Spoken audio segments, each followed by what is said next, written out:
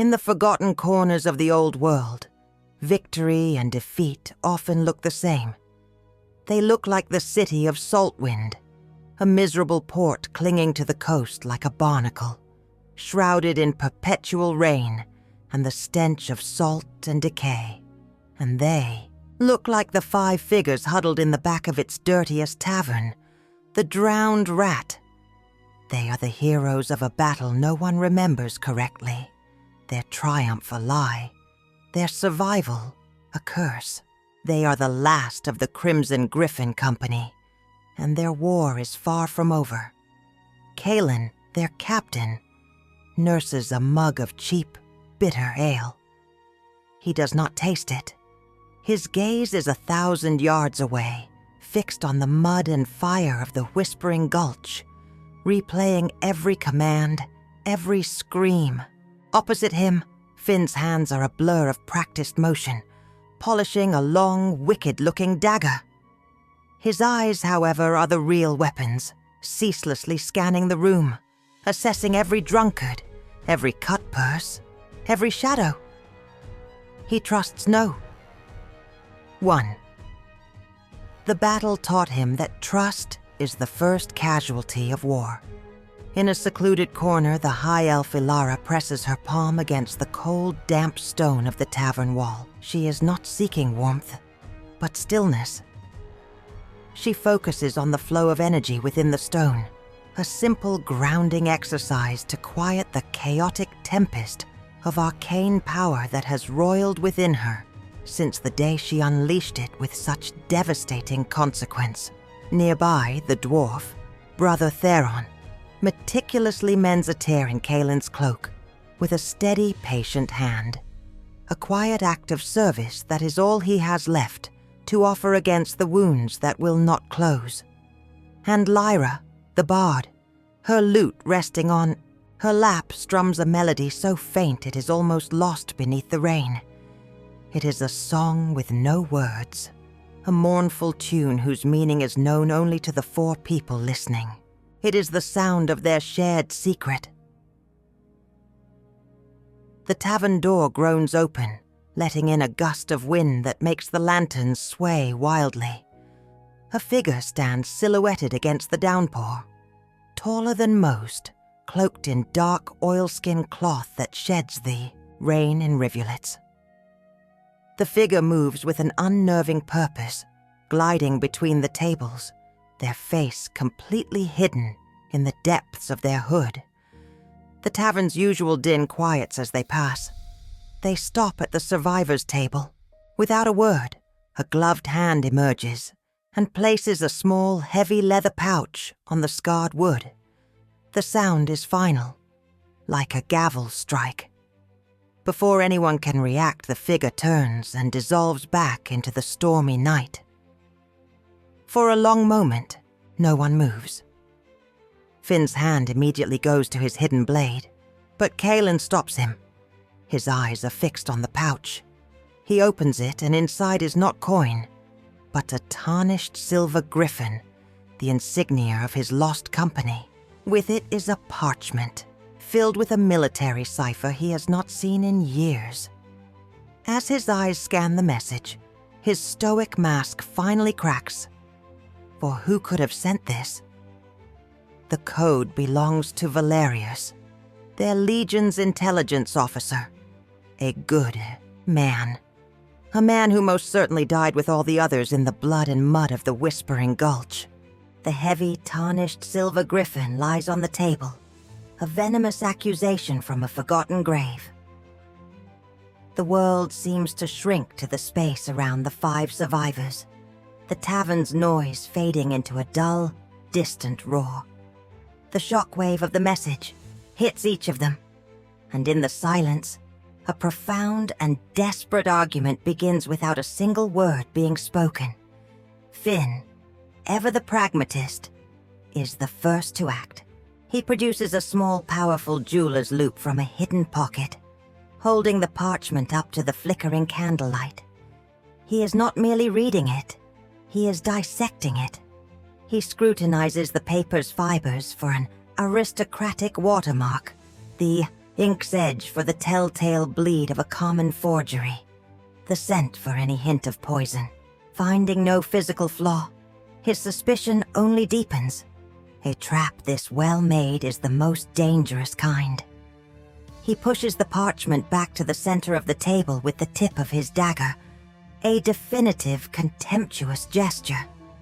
His message is clear. This is bait, and he refuses to be the fool who bites. Lyra, seeing Finn's dismissal, reaches into her own satchel and pulls out a small, worn leather journal. This is her most prized and dangerous possession, the true history of the Crimson Gryphons. She flips to a specific page where she had copied the orders for their final mission, notes she had taken from Valerius himself. She compares the handwriting on the parchment to her own records. It is a perfect match. For her, this is not a trap, but a prayer answered in the form of a mystery.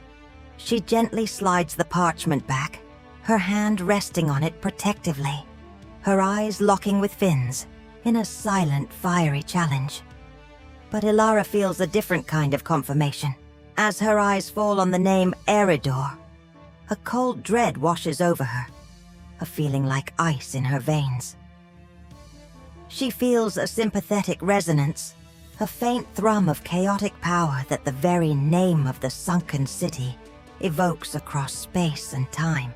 Her hands begin to tremble almost imperceptibly. Fearing a magical trap, she subtly weaves her fingers through the air, casting a minor detection ward over the silver insignia. She finds no immediate hex or illusion. She finds something far worse, a faint, lingering trace of the same sickening, corrupt, and ancient energy she last felt at the Whispering Gulch, the same power she unleashed. This journey would lead her straight back to the source of her greatest terror. She gives a slight, almost imperceptible shake of her head, a desperate, silent warning to Kaelin. Brother Theron watches it all. He sees Finn's cynical logic, Lyra's desperate hope, Ilara's rising panic. He sees not a debate about truth, but a crucible that threatens to shatter the fragile peace his friends have found. He places one heavy, calloused hand flat on the table, a silent, grounding plea for calm, for thought, for a path that does not lead them back to ruin. Finally, there is Kaelin. He closes his eyes. The tavern vanishes. He is back in the mud, the screams of his soldiers in his ears, the smell of blood and ozone filling his senses. He sees their faces, young, brave, loyal, all sent to their deaths by his command. A command based on a lie. The weight of that failure has been his constant companion, a shroud he has never been able to cast off. He opens his eyes and looks at the faces of his friends, the 4 souls he managed to save. How can he lead them back into that fire? But then he thinks of Valerius, honorable, meticulous, loyal to the last.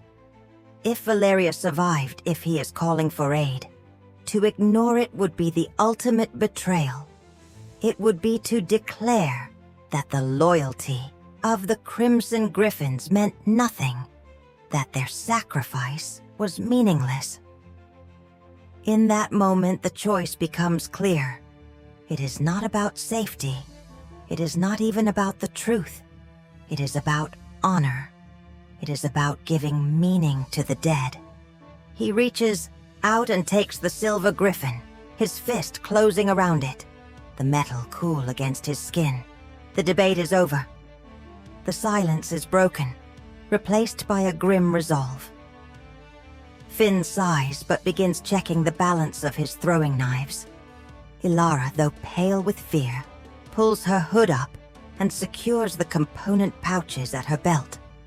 Theron gives a slow, sad nod and ensures his medical supplies are in order. Lyra carefully wraps her loot in a protective oilskin. They are no longer 5 broken survivors in a tavern. They are the Crimson Gryphon Company once more, and they have one final mission. The road to Aeridor is not found on any map. It is a path through memory and misery, leading them through the grey tangle marshes, a landscape perpetually shrouded in a cold, unnatural fog. They move with the grim efficiency of soldiers, a tight, defensive formation against a silent, unseen enemy. Finn ranges ahead, a shadow within the mist, his daggers always ready. Ilara walks with her staff held forward, a conduit for her senses, as she feels the oppressive ancient magic of this land pressing in on them, a suffocating weight on her soul. Theron watches over them all, his hand resting on the handle of his warhammer, while Lyra, her lute now wrapped and silent, commits the eerie, twisted shapes of the trees to memory. At their head marches Kaelin, guided by a faded map and a sense of duty that has become his compass. After days of travel, the landscape changes. The ground becomes a treacherous mire, and colossal, vine-choked ruins begin to pierce the fog like the bones of a dead god. They have arrived. The Sunken City of Aeridor is a vision from a nightmare, a city of impossible architecture, half drowned in black stagnant water. A sickly phosphorescent light emanates from the ruins, casting long dancing shadows that play tricks on the eye. Wading through the cold, waist-deep water, they press on towards the city's central plaza, the meeting point Valerius had designated.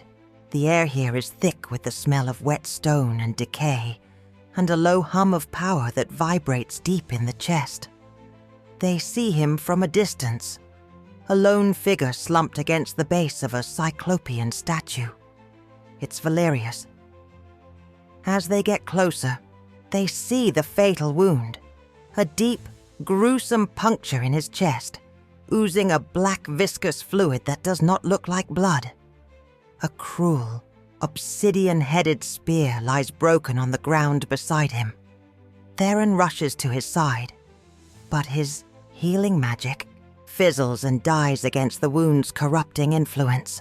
Valerius's eyes, clouded with pain, find Kaelin's. He struggles to speak, his breath a wet rattle. With the last of his strength, he points a trembling finger to a massive circular vault door, sealed with ancient glowing runes, half submerged in the murky water. "Kaelin! The proof!" he gasps. "The list of names. It's in the vault, but you are too late. They are already." His voice cuts off. His eyes go vacant. At that exact moment, the still water around them erupts. From the depths, figures rise in perfect, deadly silence. Clad head to toe in smooth black armor that seems to absorb the light, they wield spears identical to the one that killed Valerius. They form a flawless, impenetrable circle around the 5 survivors, their featureless masks betraying no emotion, no intent, other than death. There is no escape. The Crimson Gryphons are trapped in the heart of a dead city, cornered by ghosts from a past they cannot outrun. Who are these silent assassins? What secret lies in the sunken vault that is worth killing for? And can the last of the Crimson Gryphons fight their way out of a trap that was set for them years ago? The full story will be revealed in Part 2. To be the first to see it, make sure you like this video, subscribe to Whispers of the Old World, and hit the notification bell. You will not want to miss the conclusion.